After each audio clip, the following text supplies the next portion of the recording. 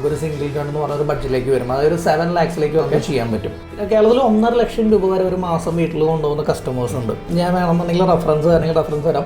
Programme കണ്ട പല ആളുകളും ഒരുപക്ഷെ നിങ്ങളെ കോൺടാക്ട് ചെയ്യും. നമ്പർ ഡിസ്ക്രിപ്ഷനിൽ കൊടുത്തേക്കാം. അത് കഴിയുമ്പോൾ സർവീസ് കിട്ടിയില്ല അവർ എന്നെ ചീത്ത വിളിക്കും. ഇല്ല, അവിടെയാണ് കുഴപ്പം. നിങ്ങൾ ചീത്ത എനിക്ക് കുഴപ്പമില്ല.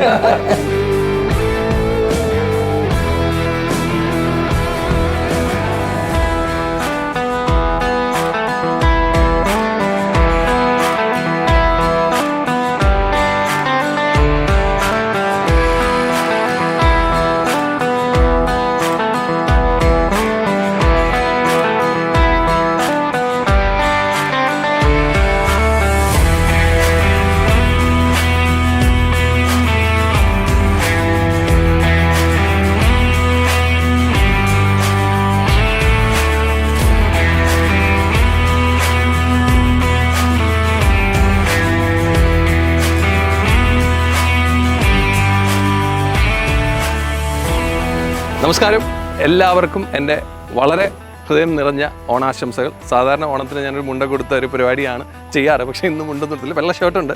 പക്ഷേ ഞാനിപ്പോൾ ഇന്ന് ബാംഗ്ലൂർ പോകുന്ന വഴിയാണ്. ഞാൻ ബാംഗ്ലൂർ നോർമലി EV എടുത്ത പിന്നെ ഞാൻ സ്ഥിരം ബാംഗ്ലൂർ പോക്കാണ്. പക്ഷേ ഞാൻ കഴിഞ്ഞ ട്രിപ്പ് ഞാൻ ഹൈലക്സിലാണ് പോയത്. എൻ്റെ കുറച്ച് ഫ്രണ്ട്സൊക്കെ ആയിട്ട് ഹൈലക്സിലാണ് പോയത്. അന്ന് കണ്ടുപിടിച്ച സ്ഥലമാണ്. നോർമലി ഞാൻ കോയമ്പത്തൂരൊക്കെ എത്തുമ്പോഴാണ് ചാർജ് ചെയ്യാറ്.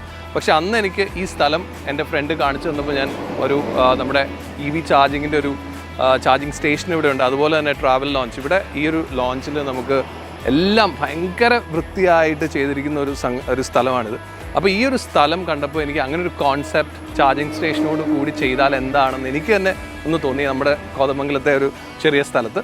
അപ്പോൾ അതൊരു ബിസിനസ് ഓപ്പർച്യൂണിറ്റി ഉണ്ട്. അപ്പോൾ ഇത് കാണുന്നവർക്കും ആ ഒരു ഓപ്പർച്യൂണിറ്റി ഉണ്ട്.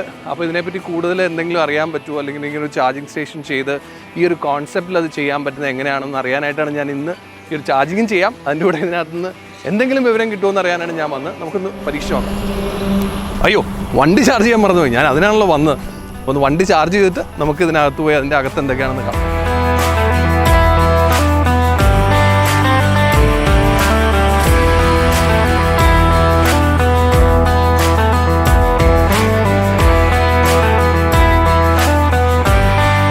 നമ്മൾ ജിയോൻ്റെ ആ ഒരു ആപ്പ് എടുത്തു കഴിഞ്ഞാൽ നമ്മൾ കണക്ട് ചെയ്ത് കഴിഞ്ഞ് QR കോഡ് സ്കാൻ ചെയ്ത് കഴിഞ്ഞാൽ പ്രിപ്പയറിങ് വരും.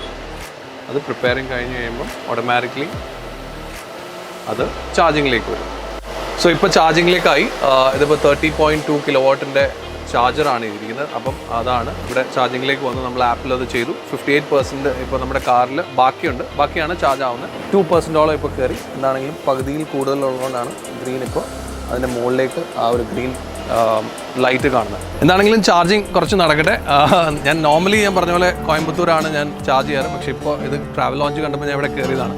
അതുപോലെ തന്നെ ഇനിയൊരു ഹാഫ് ആൻ അവർ നമുക്കിവിടെ ഒന്ന് റെസ്റ്റ് ചെയ്ത് നമുക്കിവിടെ കാപ്പിയൊക്കെ കുടിച്ചിരിക്കാം. എന്നിട്ട് നമുക്ക് ബാക്കി കാണാം.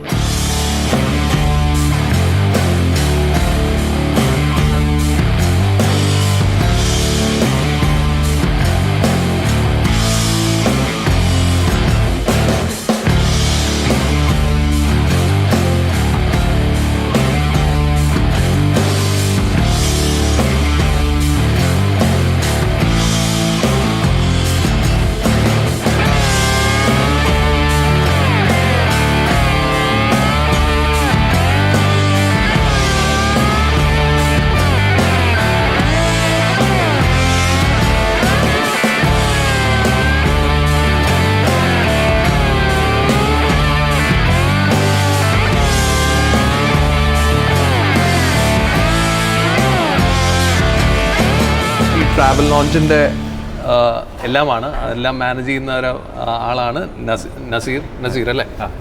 തിരൂരാണ് നസീർ. ഈ ഒരു കോൺസെപ്റ്റ് ഞാൻ കഴിഞ്ഞ ദിവസം ഇതിൽ പാസ് ചെയ്തപ്പോഴാണ് ആദ്യമായിട്ട്. ഞാൻ പലരും പറഞ്ഞു കേട്ടിട്ടുണ്ട്, പക്ഷെ കയറിയപ്പം ഞാൻ വിചാരിച്ചു ഇത് കൊള്ളാമല്ലോ, ഇതൊരു ഫോറിനിലൊക്കെ പോയ ഒരു ഇതുണ്ട്. പിന്നെ എല്ലാവരും ഉറക്കം തൂങ്ങിയൊക്കെയാണ് പോകുന്നത്. അപ്പോൾ ഇവിടെ ബങ്ക് ബെഡ്സും കാര്യങ്ങളും എല്ലാം വളരെ നീറ്റായിട്ട് വരും. ഈ ഒരു കോൺസെപ്റ്റ് വരുന്നത് എങ്ങനെ വന്നു? ഇത് ആക്ച്വലി നമ്മുടെ ഡയറക്ടേഴ്സിൽ പല ആളുകളും കൂടുതൽ യാത്ര ചെയ്യുന്നതാണ്. അപ്പം നമ്മൾ അനുഭവിക്കുന്ന ബുദ്ധിമുട്ട് എന്താണെന്നുള്ളത് തിരിച്ചറിയാന്നുള്ള ആദ്യം അതിനെ ബേസ് ചെയ്തിട്ട് നമ്മൾ ഈ കൊറോണ സമയത്തൊക്കെ ഇങ്ങനെ ചിന്തിച്ചിരുന്ന് അങ്ങനെ ഡെവലപ്പ് ചെയ്തൊരു കോൺസെപ്റ്റാണ്. ഓക്കെ, അത് നമ്മൾ ആദ്യം പ്ലാൻ ചെയ്ത് കേരളത്തിലെ സൗത്ത് ഇന്ത്യ ബേസ് ചെയ്തിട്ട് എല്ലാ ഹൈവേസിലും സ്റ്റാർട്ട് ചെയ്യാന്നുള്ളത്. അപ്പോൾ നമുക്ക് മലയാളികൾക്ക് ഒരു പ്രത്യേകത ഉണ്ടല്ലോ, നമ്മൾ എന്ത് ചെയ്യുന്നു അത് ആദ്യം നമ്മുടെ നാട്ടിൽ സ്റ്റാർട്ട് ചെയ്യുക എന്നുള്ളത്. അങ്ങനെയാണ് നമ്മൾ ഫിനിഷായ ഹൈവേ എന്നുള്ള രീതിയിലും പിന്നെ കേരളത്തിൽ ഇപ്പോൾ നിലവിലുള്ളൊരു 4 വരി പാത അതിനെ ബേസ് ചെയ്തിട്ട് ആദ്യം കേരളത്തേക്കുള്ളൊരു എൻട്രി എന്നുള്ള രീതിയിൽ ഈ സ്ഥലം ചൂസ് ചെയ്തത്. ബേസിക്കലി ഞാൻ ഈ ഒരു ചാർജിങ് സ്റ്റേഷൻ ആണ് എൻ്റെ മനസ്സിൽ. കാരണം എനിക്ക് EV ആയിട്ട് പോകുമ്പോൾ ഒരു ചാർജിങ് സ്റ്റേഷൻ ഉണ്ട്, പിന്നെ വേണമെന്നുണ്ടെങ്കിൽ അപ്പം ഞാൻ ആദ്യമായിട്ട് ഇപ്പം നോർമലി ഞാൻ കോയമ്പത്തൂർ കഴിഞ്ഞ് കഴിയുമ്പോൾ ഒരു കൊപ്പണ്ണ ഉണ്ട്, ഒരു ജൂനിയർ കൊപ്പണ്ണ ഉണ്ട്, അവിടെയാണ് ചാർജ് ചെയ്യുന്നത്. പിന്നെ അടുത്ത വീടും കോയമ്പത്തൂർ, ബാംഗ്ലൂർ വഴി. അപ്പോൾ ഇതിപ്പോൾ പോയപ്പം അന്ന് ഞാൻ കണ്ടപ്പോൾ എനിക്ക് ഭയങ്കര ഇഷ്ടമായി. അപ്പോൾ ഇതിൻ്റെ ചാർജിങ് സ്റ്റേഷൻ്റെ കാര്യങ്ങളൊന്നും അറിയാവുന്നവർത്താണ് ഞാൻ ചാടി കയറിയത്. പിന്നെ അതിൻ്റെ കൂടെ എന്തെങ്കിലുമൊക്കെ ഇപ്പോൾ വാഷ്റൂമൊക്കെ ഭയങ്കര നീറ്റായിട്ട് ഇത് മാനേജ് ചെയ്യൽ എത്ര എളുപ്പമാണോ? ഭയങ്കര ബുദ്ധിമുട്ടുള്ള കാര്യമാണ്. പിന്നെ നമുക്ക് 24/7 ക്ലീനിങ്ങിന് ആളുകളുണ്ട്, അവരെ വെച്ചിട്ടാണ് പ്രോപ്പർ ഹൗസ് കീപ്പിങ്ങിൻ്റെ ഏജൻസിനെ വെച്ചിട്ടാണ് അത് മാനേജ് ചെയ്ത് പോകുന്നത്. ഭയങ്കര ഡിഫിക്കൽട്ടാണ്. ഞാൻ ശരിക്കും പറഞ്ഞാൽ ഇങ്ങനെ ഒരു കോൺസെപ്റ്റ് എനിക്ക് കോതമംഗലത്താണ് എൻ്റെ നാട്, അവിടെ ഒരെണ്ണം സ്റ്റാർട്ട് ചെയ്താലും അപ്പോഴാണ് നസീറിൻ്റെ അടുത്ത് ചോദിച്ചു പറഞ്ഞ അടിമാലിയിൽ ഒരെണ്ണം വരുന്നത്. പക്ഷേ എല്ലായിടത്തും ഒരു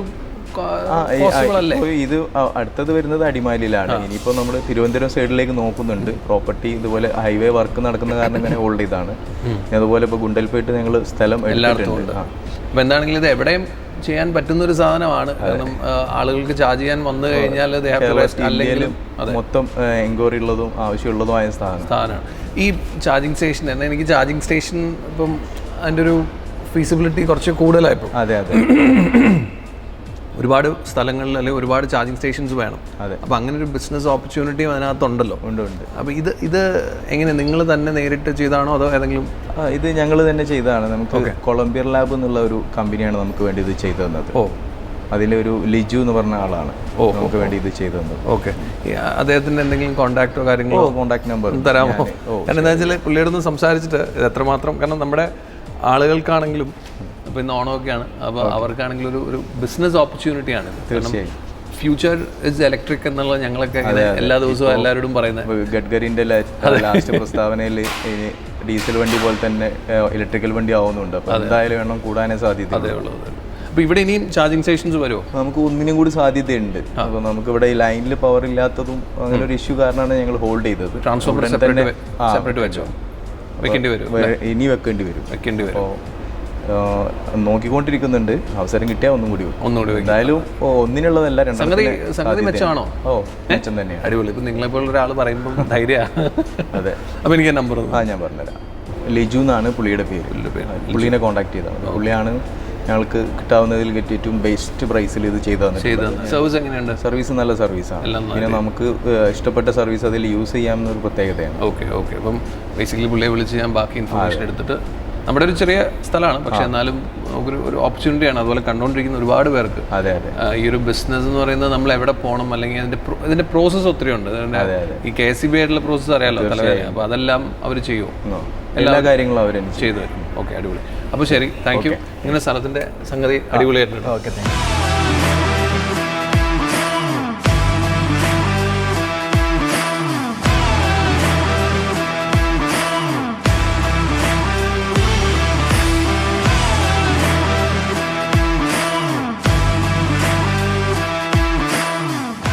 നമ്മൾ ട്രാവൽ ലോഞ്ചിൽ നിന്ന് ഇറങ്ങി ബാംഗ്ലൂർക്ക് പോവാണ്. എന്താണെങ്കിലും നമുക്ക് ഇപ്പം നസീർ ആ നമ്പർ തന്നു. ആ നമ്പറിൽ നമുക്ക് ലിജുവിനെ ഒന്ന് വിളിച്ചു നോക്കാം. എന്താണ് ഇതിൻ്റെ ഒരു സാധ്യത എന്താണെന്ന് നമുക്കൊന്ന് അറിയാൻ നോക്കാം. ഈ ഒരു കോൺസെപ്റ്റ് എന്താണെങ്കിലും ബിസിനസ് ഡെഫിനറ്റായിട്ടും വളരാൻ പോകുന്നൊരു ബിസിനസ്സാണ്. ചാർജിങ് സ്റ്റേഷൻസും അല്ലെങ്കിൽ അതിനോട് അനുബന്ധിച്ചുള്ള ബാക്കി ബിസിനസ്സുകളെല്ലാം എന്താണെങ്കിലും വളരും. പ്രത്യേകിച്ച് എൻ്റെ സ്ഥലം ഇങ്ങനെ ഒരു റോഡ് സൈഡ് ആർക്കെങ്കിലും ഒക്കെ സ്ഥലം ഉണ്ടെങ്കിൽ അതൊരു ഓപ്പർച്യൂണിറ്റി തന്നെ ആയിരിക്കും, എനിക്ക് ഉറപ്പാണ്. എന്താണെങ്കിലും ലിജുവിനെ വിളിച്ച് കാര്യമൊന്ന് ചോദിക്കാം. ഞാൻ താങ്കൾ വിളിക്കുന്ന നമ്പർ ഇപ്പോൾ തിരക്കിലാണ്. ഫുൾ ബിസിയാന്ന് തോന്നുന്നു ലിജു. ചാർജിങ് സ്റ്റേഷൻസുകൾ ഇങ്ങനെ വന്നുകൊണ്ടിരിക്കുന്ന ഒരു സമയമായതുകൊണ്ട് എനിക്ക് തോന്നുന്നത് ഗവൺമെൻറ് ഇപ്പോൾ ഡീസലിനെ മൊത്തമായിട്ട് എടുത്ത് കളയാനും അതുപോലെ തന്നെ ഇലക്ട്രിക് കാർസിനെ കൂടുതൽ പ്രൊമോട്ട് ചെയ്യാനുള്ള പരിപാടികളൊക്കെ ചെയ്യുന്നത് ആക്ച്വലി ഈ ഒരു ബിസിനസ്സിൽ നിൽക്കുന്ന ആളുകൾക്കും നല്ലത് തന്നെയാണ്. ഫോൺ ബിസിയാണ്, നമുക്ക് നോക്കാം. കിട്ടി രക്ഷപ്പെട്ടു.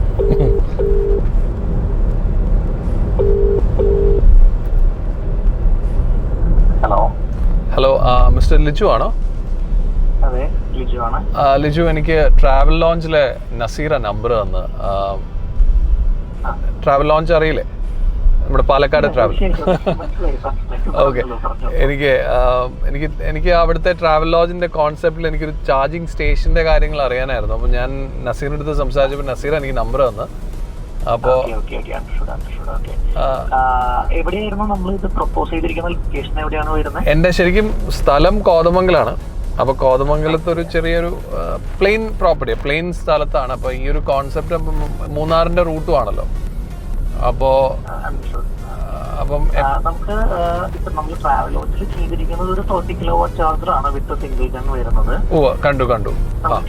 കേരളത്തിൽ നമുക്ക് അറിയാലോ, EV യൂസ് ചെയ്യുന്ന ഒരാളാണെന്നുണ്ടെങ്കിൽ ഇപ്പൊ കേരളത്തിലെ ഒരു സിനാരിയോ പ്രകാരം 60 and 30 kW ചാർജേഴ്സ് ആണ് കൂടുതലും കേരളത്തില് നമുക്ക് മാർക്കറ്റിൽ കാണാൻ സാധിക്കുന്നത്. Okay, depends on the feasibility. അപ്പൊ അതിൽ കുറച്ച് എന്താ പറയാ, KSEB ഇൻവോൾവ് ആണ്, നമ്മളുടെ ഫിനാൻഷ്യലും ഇൻവോൾവ് ആണ്. അപ്പോ നമുക്കൊന്ന് നേരിട്ടൊന്ന് മീറ്റ് ചെയ്യാൻ പറ്റുമോ? നമുക്കൊന്ന് നേരിട്ട് മീറ്റ് ചെയ്യാൻ പറ്റുമെങ്കിൽ നമുക്ക് കുറച്ചും കൂടി ഫർദർ ഡീറ്റെയിൽസ് സംസാരിക്കാം. എനിക്ക് തോന്നുന്നു. ശരി ലിജു, ഒരു പണിയാ, ഞാനിപ്പോ ട്രാവൽ ലോഞ്ചിൽ പോകാൻ കാര്യം ഞാൻ ബാംഗ്ലൂർ പോകുന്ന വഴിയാ. ഞാൻ നാളെ തിരിച്ചു വരുന്നുണ്ട്. അപ്പം നമ്മുടെ ഓഫീസ് എവിടെയാ? എന്റെ ഓഫീസ് ലൊക്കേഷൻ ഞാൻ ഷെയർ ചെയ്ത് തരാം. തൃശ്ശൂർ ജില്ലയിലാണ്, പക്ഷെ നിയർ ബൈ അങ്കമാലി ബോർഡർ ആണ്. ശരി. ജസ്റ്റ് ഒന്ന് എത്രയേക്കാൾ ഒരു 1 hour മുമ്പ് എന്നെ ഒന്ന് പിങ് ചെയ്താൽ മതി. ഞാൻ എന്തായാലും ഇവിടെ ഉണ്ടാവും, ഓഫീസിലുണ്ടാവും. എനിക്കൊന്ന് ലൊക്കേഷൻ ഇട്ടോളൂ. അപ്പൊ നാളെ ഞാൻ വരുന്ന വഴിക്ക് എന്തായാലും ഈവനിങ് ആവും ഞാൻ നാളെ വരാനായിട്ട്. അപ്പോ ഞാനിവിടെ ഉണ്ടാവും നാളെ, എന്തായാലും ഫുൾ ഡേ ഇവിടെ ഉണ്ടാവും. ഞാൻ വിളിക്കുകയും ചെയ്തോളാം. അപ്പൊ എനിക്ക് ലൊക്കേഷൻ കിട്ടുമോ ലിജു? കേട്ടോ, എങ്ങനെയുണ്ട് ഇപ്പൊ ബിസിനസ്? എങ്ങനെയാ ഞാൻ അവിടെ ഒരു സ്റ്റാർട്ട് ചെയ്ത് കഴിഞ്ഞാൽ, അല്ലെങ്കിൽ നമ്മുടെ ആളുകളെല്ലാം സ്റ്റാർട്ട് ചെയ്താൽ നല്ലതായിരിക്കുമോ? തീർച്ചയായിട്ടും. ഒരു അപ്കമിങ് ബിസിനസ് സെഗ്മെന്റ് ആണ് ആക്ച്വലി ഒരു EV ചാർജിംഗ് സ്റ്റേഷൻസ് എന്ന് പറയുന്നത്. ഓക്കെ, നമുക്ക് ഹെഡ് ഏക്കുകൾ ഇല്ലാതെ ഒരു മാൻ പവർ നമ്മൾ അവിടേക്ക് ഇൻവെസ്റ്റ് ചെയ്യുന്നില്ല. We are earning at a time we are sleeping also. അതാണ് അതിന്റെ കോൺസെപ്റ്റ് എന്ന് പറയുന്നത്. ഓക്കെ, എന്താണെങ്കിലും ബാക്കി നേരിട്ട് വന്ന് സംസാരിക്കാം, അതായിരിക്കും നല്ലത് അല്ലേ? അപ്പൊ എനിക്കൊന്ന് ലൊക്കേഷൻ ഇട്ടോളൂ കേട്ടോ. Thank you Liju, nice talking to you. Bye. അപ്പോൾ എന്താണെങ്കിലും നമുക്ക് പോയിട്ട് വരുന്ന വഴിക്ക് ലിജുവിനെ ഒന്ന് കയറി കാണാം. എന്താണ് അതിൻ്റെ ഓപ്പർച്യൂണിറ്റി നമുക്കൊന്നറിയാം. അപ്പോൾ നാളെ നമുക്ക് ഓഫീസിൽ പോകുന്ന വഴിക്ക് കാണാം.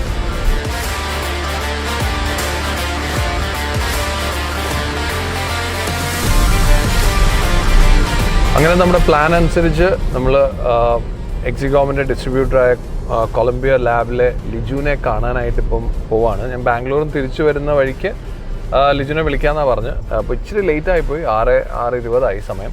അപ്പോൾ ഞാൻ ചാലക്കുടി കഴിഞ്ഞു.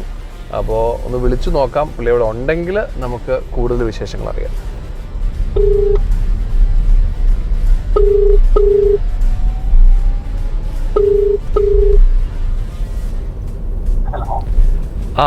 ഹലോ ലിജു, ഞാൻ റോഷനാണ്. ഇന്നലെ വിളിച്ചിരുന്നു ഞാൻ.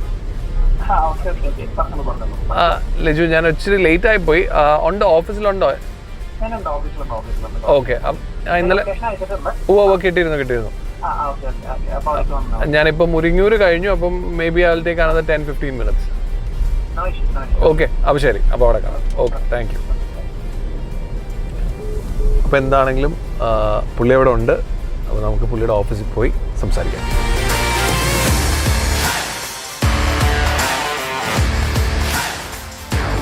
ഇതാണ് ഓഫീസ്, നമുക്കൊന്ന് കയറി നോക്കാം. ഹായ് ലിജു. ഹായ് റോഷൻ. ഞാനാ വിളിച്ചത്. ഞങ്ങൾ അവിടെ പോയി. ബേസിക്കലി എനിക്കൊരു ചാനലുണ്ട്, പൈലറ്റ് ഓൺ വീൽസ് എന്നാണ് ചാനലിൻ്റെ പേര്. അപ്പം എനിക്ക് ബേസിക്കലി ഒരു സ്ഥലം ഉണ്ട്, എനിക്ക് അവിടെ തുടങ്ങണമെന്നുണ്ട്. അപ്പം ഞാൻ അവിടുത്തെ ഇങ്ങനൊരു ഓപ്പർച്യൂണിറ്റി നമ്മൾ മറ്റുള്ളവർക്കും കൂടെ കാണിച്ചു കൊടുക്കുകയാണെങ്കിൽ അത് നല്ലതാണല്ലോ എന്ന് വിചാരിച്ചാൽ I want to know how it is. എന്നിട്ട് ഞാനത് ബെനിഫിറ്റ് ചെയ്യത്തുള്ളൂ. ഓക്കെ, അപ്പം ഞാൻ ട്രാവൽ ലോഞ്ചിൽ പോയി. അപ്പോൾ അവരാണെങ്കിലും അവരെല്ലാവരും ഭയങ്കര നന്നായിട്ടാണ് പറഞ്ഞത്.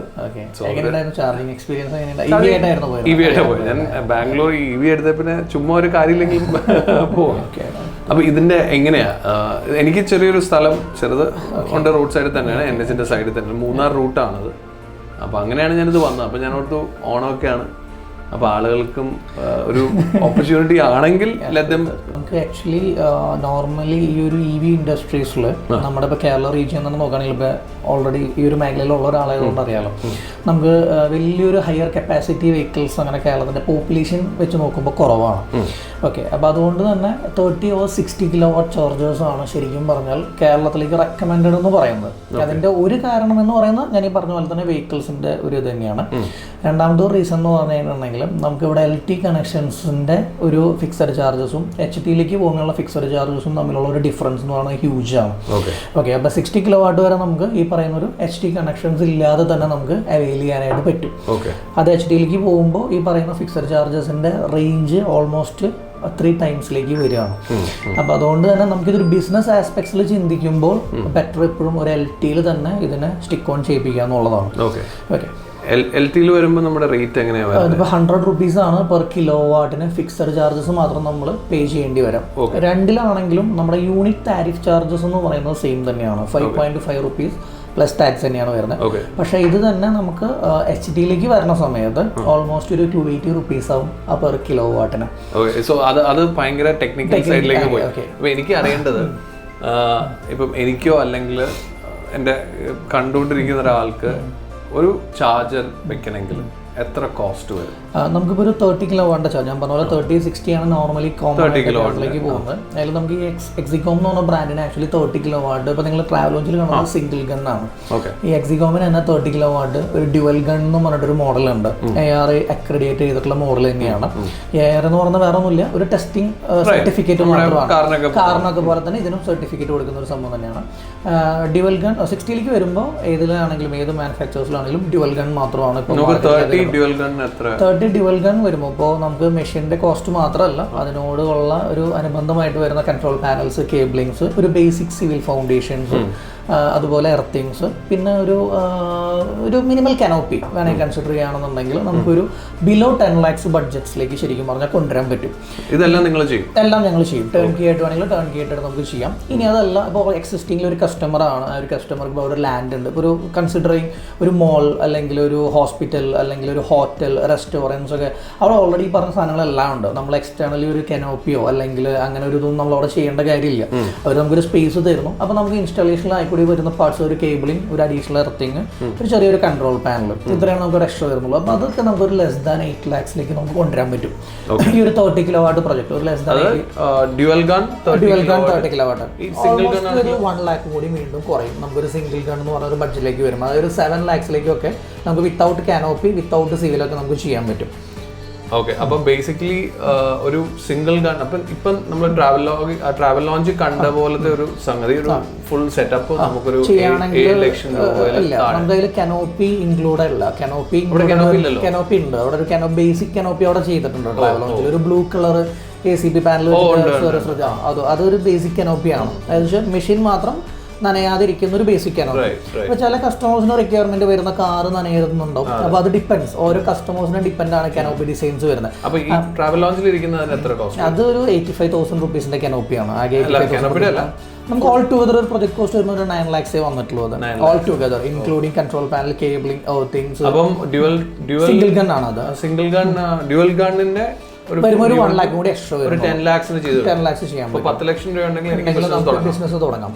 ഓക്കെ, ഇത് എത്ര രൂപ വരെ പോകും? ഞാനിപ്പം എക്സാമ്പിൾ പറഞ്ഞാൽ, ഞാൻ ഇവിടെ ബനർഘട്ടയിൽ ഞാൻ ബനർഘട്ട പോയപ്പം അവിടെ ചാർജ് ചെയ്യാൻ പോയപ്പോൾ ഒരു വലിയ സ്പേസിൽ ഒരുപാട് ചാർജിങ് സ്റ്റേഷനുകൾ, 60 ഉണ്ട്, 30 ഉണ്ട്, 3.3 ഉണ്ട്, 7.9 ഉണ്ട്. അപ്പം ഈ 3.3 7.9 എല്ലാം കൂടെ കൂട്ടി വയ്ക്കണമെങ്കിൽ എനിക്കൊരു പാക്കേജ് ആയിട്ട് ഞാൻ പാക്കേജായിട്ട് ചെയ്യുമ്പോൾ ഉള്ള ഡിഫിക്കൽട്ടീസ് ആണ് ഞാൻ നേരത്തെ പറഞ്ഞ ഒരു സർവീസ് ചാർജ് അല്ലെങ്കിൽ HT ചാർജസിലേക്ക് ഒരു ഇഷ്യൂ വരുന്നത്. അതുകൊണ്ടാണ് കേരളം അത് കൂടുതൽ അഡോപ്റ്റ് ചെയ്യാൻ പറ്റും. എല്ലാം കൂടെ എനിക്കൊരു 30 വേണം, 60 വേണം, ഒരു 3.3 7.9. ശരിക്കും ഈ 3.3 7.5 ഒന്നും വലിയൊരു കോസ്റ്റ്ലി മെഷീൻസ് അല്ല, എല്ലാം ലെസ് ദാൻ 1 lakh ആണ്. അതിലേക്ക് നമുക്ക് ഒരു വലിയ റിക്വയർമെന്റ് വരുന്നില്ല. നമുക്കിപ്പോൾ ഈ പറഞ്ഞ 60 kilowatt dual gun, 30 kilowatt dual gun, അതിന്റെ ഇൻസ്റ്റാളേഷൻസും കാര്യങ്ങളും എല്ലാം കൂടി വരാണെങ്കിൽ ആക്ച്വലി നമ്മുടെ ഒരു കോസ്റ്റ് ഈ പറഞ്ഞ എല്ലാം ഇൻക്ലൂഡ്സ് ഒരു 25 lakhs നിൽക്കും. ഈ പറഞ്ഞ 4 machines 4 machines 60 kilowatt dual gun, 30 kilowatt dual gun, 7.5 ഒരെണ്ണം, 3.3 ഒരെണ്ണം. ഈ 4 മെഷീൻസ് വിത്ത് അറ്റ് എ ടൈമിൽ ഇപ്പോൾ സൈമൾട്ടേനിയസ്ലി നോക്കുകയാണെങ്കിൽ നമുക്ക് 2+2+1+1 നമുക്ക് ഓൾമോസ്റ്റ് 6 കർവ്സ് സൈമൾട്ടേനിയസ്ലി ചാർജ് ചെയ്യാം. 4 ഫാസ്റ്റ് ചാർജിങ്, 2 സ്ലോ ചാർജിങ്. ഇത്രയും നമുക്ക് ചെയ്യാനായിട്ട് 25 lakhs നമുക്ക് വേണമെങ്കിൽ ഇൻക്ലൂഡഡ് എവരിത്തിങ് നമുക്ക് ചെയ്യാൻ പറ്റും. അപ്പാർട്ട് ഫ്രം KSEBയുടെ ഡോക്യുമെന്റേഷൻസും KSEBയുടെ ചാർജസും അത് നിങ്ങൾ ചെയ്യുമോ? ചെയ്യാം, നമുക്കത് ചെയ്യാം. പക്ഷെ അതിലേക്ക് വരുന്ന പേയ്മെന്റ്സ് എല്ലാം ഡയറക്ട്ലി കസ്റ്റമർ ടു KSEB ആണ്. ഇപ്പോൾ നമുക്ക് അപ്രോക്സിമേറ്റ് 100 കിലോവാട്ട് ട്രാൻസ്ഫോമർ ഇപ്പോൾ KSEB depends on the area, depends on the HT line, അതിൽ വേരിയേഷൻസ് വരുന്നുണ്ട്.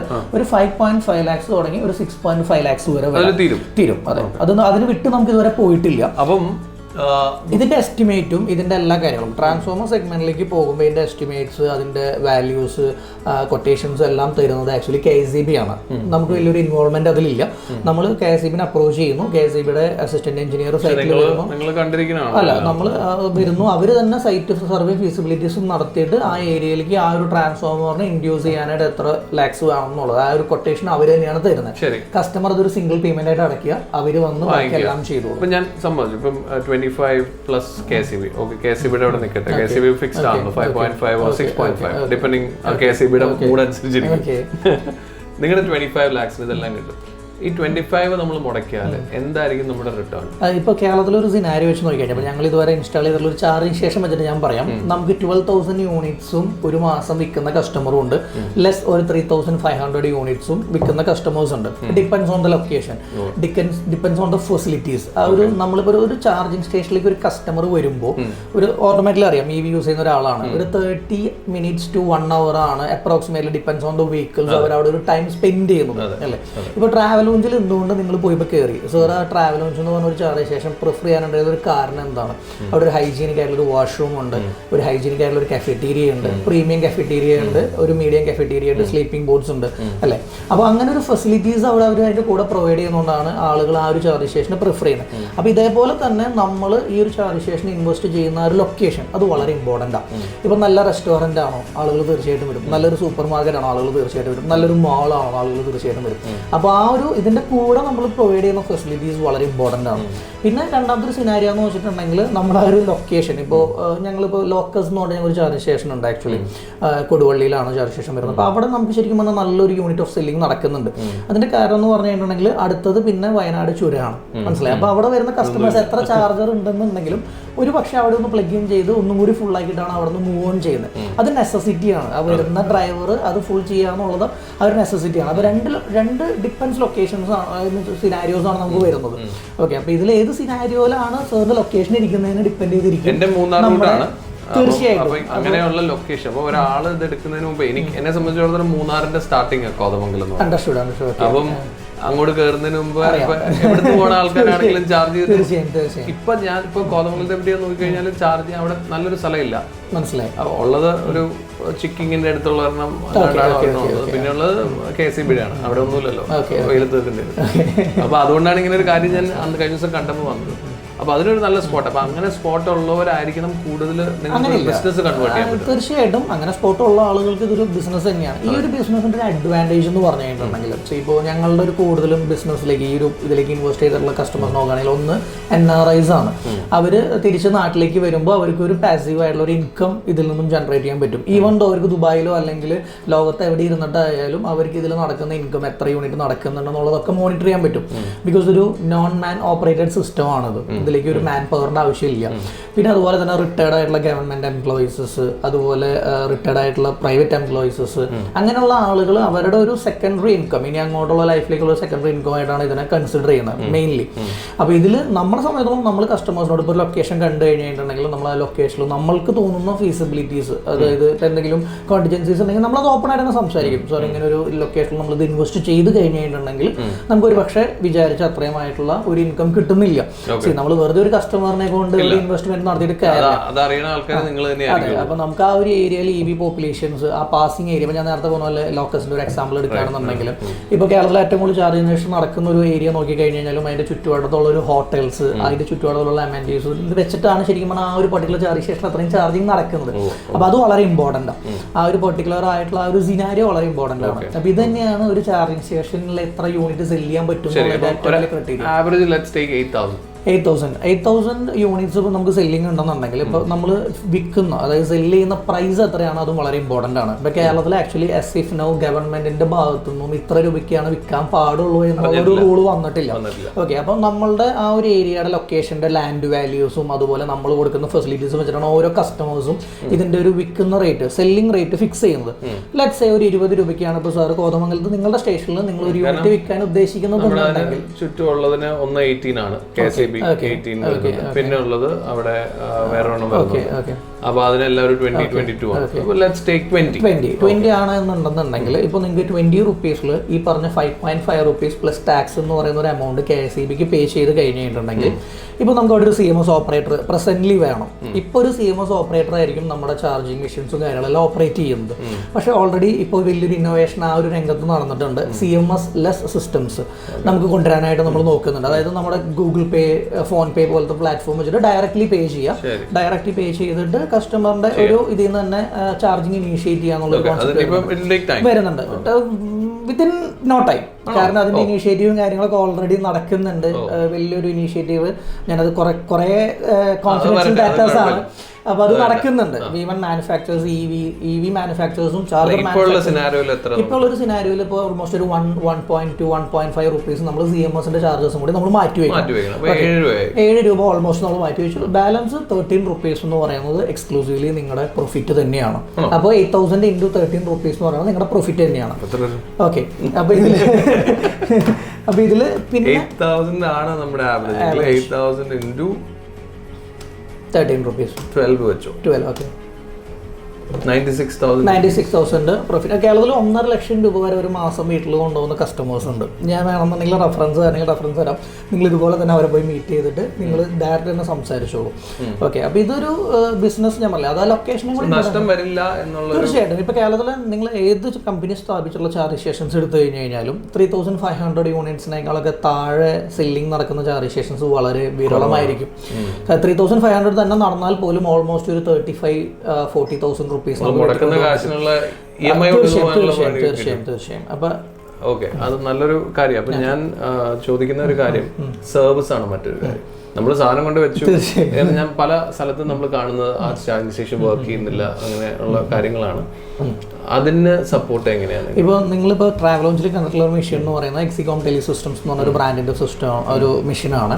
ഈ എക്സികോം എന്ന് പറഞ്ഞ കമ്പനി ഇന്ത്യയിലെ പൈനിയേഴ്സ് ആണ്. അതായത് നമ്മൾ 2019 തുടങ്ങി ടാറ്റയുടെ വണ്ടികളൊക്കെ മാർക്കറ്റിൽ വരുമ്പോൾ ടാറ്റ, MG എല്ലാത്തിന്റെയും കൂടെ വോൾവോ, ഔഡി, ഇതിന്റെ എല്ലാം കൂടെ സപ്ലൈ ചെയ്യുന്ന ഹോം ചാർജേഴ്സും ഈ എക്സികോം എന്ന് പറഞ്ഞ ബ്രാൻഡിന്റെ തന്നെയാണ്. ഓക്കെ, അപ്പൊ അവര് ഇന്ത്യയിൽ ആദ്യമേ വന്നൊരു പ്ലെയർ എന്നുള്ള രീതിയിൽ തന്നെ അവര് ഒരുപാട് R&D ഓരോ മെഷീൻസിന്റെ പുറത്ത്. ഇപ്പൊ 2019 നമ്മളിപ്പോൾ ഇൻസ്റ്റാൾ ചെയ്തിട്ടുള്ള മെഷീൻസും കേരളത്തിലുണ്ട്. ഇപ്പൊ പ്രസന്റ്ലി ഇൻസ്റ്റാൾ ചെയ്യുന്ന മെഷീൻസ് ഉണ്ട്.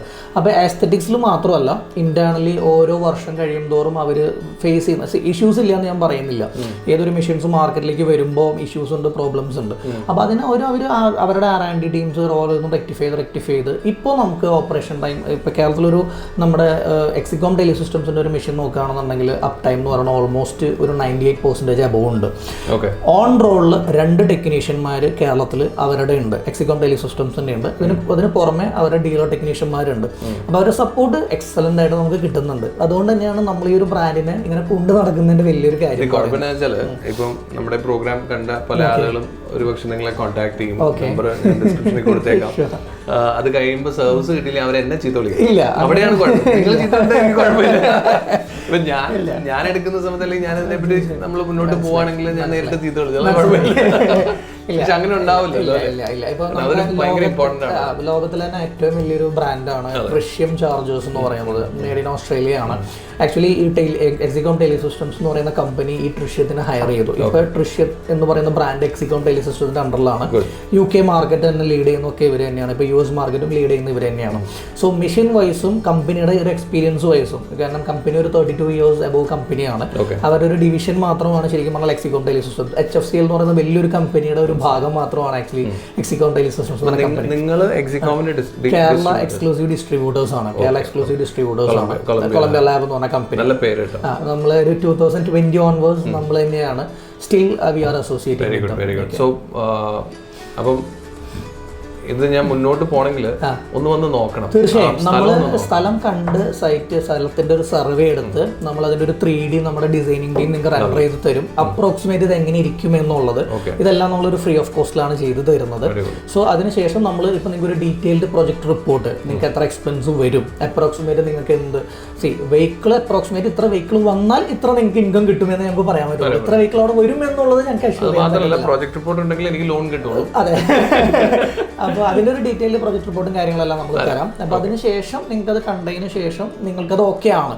ഞാൻ നേരത്തെ പറഞ്ഞ പോലെ അവിടെ ഇത്ര വെഹിക്കിൾ വരും എന്ന് എനിക്ക് ഉറപ്പ്. അപ്രോക്സിമേറ്റ് ഇത്ര വെഹിക്കിൾ വന്നാൽ തീർച്ചയായും പിന്നെ അതിന് കൊണ്ടുവരാനായിട്ട് ഇപ്പം നമ്മൾ പ്ലെയിൻ ലാൻഡാന്ന് പറഞ്ഞു. അപ്പൊ അതുകൊണ്ട് അതിനോടൊപ്പം തന്നെ ഒരു മിനി കഫറ്റീരിയ വരുന്നൊരു യൂസർ, വരുന്ന വണ്ടി ചാർജ് ചെയ്യാൻ വരുന്ന ഒരു യൂസറിന് അത്രയും സമയം അവിടെ പിടിച്ചിരുത്താൻ പറ്റുന്ന എന്തെങ്കിലും ഒന്ന് നമ്മുടെ പ്രോപ്പർട്ടിയിൽ ഉണ്ടാവും. പിന്നെയും അവിടെ വരാനായിട്ട് തീർച്ചയായും ഇതാണ് ഇപ്പൊ ഞാൻ വന്നതിന്റെ ഉദ്ദേശം. അദ്ദേഹത്തെ കാണുക, എൻ്റെ അതിൻ്റെ ഒരു ബേസിക്സ് ഐഡിയ എനിക്കാണെങ്കിലും മനസ്സിലാവുക. അപ്പം നിങ്ങൾക്ക് ഇപ്പോൾ പറഞ്ഞ പോലെ ഒരു പ്ലെയിൻ സ്ഥലമുണ്ട്, അല്ലെങ്കിൽ നിങ്ങളൊരു പൊട്ടൻഷ്യൽ സ്ഥലമാണ്, പൊട്ടൻഷ്യൽ മാർക്കറ്റാണ് നിങ്ങൾക്ക് തോന്നിയാൽ മിനിമം 10 ലക്ഷം രൂപയ്ക്ക് നിങ്ങൾക്കൊരു ചാർജിങ് സ്റ്റേഷൻ സെറ്റപ്പ് ചെയ്യാം. അത് ഹയർ ഒരു ഫുൾ ഫ്ലെഡ്ജിലേക്ക് പോകണമെങ്കിൽ ഒരു 25 lakhs ഉണ്ടെങ്കിൽ നിങ്ങൾക്ക് ചെയ്യാം, പ്ലസ് KSEB. അപ്പോൾ അത് നിങ്ങൾക്കൊരു ബിസിനസ് മോഡലായിട്ട് നിങ്ങൾ കാണുകയാണെങ്കിൽ കോൺടാക്ട് ചെയ്യും. അതുപോലെ തന്നെ ആ പ്രോജക്റ്റ് റിപ്പോർട്ട് നിങ്ങൾക്ക് ഫ്രീ ആയിട്ട് ചെയ്തു തരും. അപ്പം just get in touch with him. കുറച്ചും കൂടെ നിങ്ങൾക്ക് നേരിട്ട് സംസാരിച്ചാൽ കുറച്ചും കൂടെ ഐഡിയ കിട്ടുമെങ്കിൽ ജസ്റ്റ് കോൾ ഹിം. പക്ഷേ എനിക്ക് തോന്നുന്നത് I will go head with this. പക്ഷെ വന്നൊന്ന് കാണുക, ഒന്ന് ചെയ്യാം. അപ്പം ലിജുവിന്റെ നമ്പർ ഞാൻ ഡിസ്ക്രിപ്ഷനിൽ കൊടുത്തേക്കാം, സ്ക്രീനിലും കൊടുത്തേക്കാം. Get in touch with you. എനിക്ക് പക്ഷെ നല്ല service. Okay, so thank you so much. കോതമംഗലത്താണ്. അപ്പം വിളിച്ചിട്ട് നമ്മുടെ ടീം പ്രൊജക്ട് ടീം ആയിരിക്കും വരിക സൈറ്റ് സർവേയും കാര്യങ്ങളെല്ലാം എടുക്കാനായിട്ട്. ജസ്റ്റ് അവർ നാളെ തന്നെ പോകുന്നുള്ളൂ. ഞാൻ നാളെ ഞങ്ങൾക്ക് ആക്ച്വലി ഓണം സെലിബ്രേഷൻ ആണ്. അപ്പോൾ ഒന്ന് ആഫ്റ്റർ ഓണം ഡെഫിനറ്റ്ലി നമ്മൾ കണ്ടതിന് ശേഷം. Thank you. Thank you very much. Nice meeting you.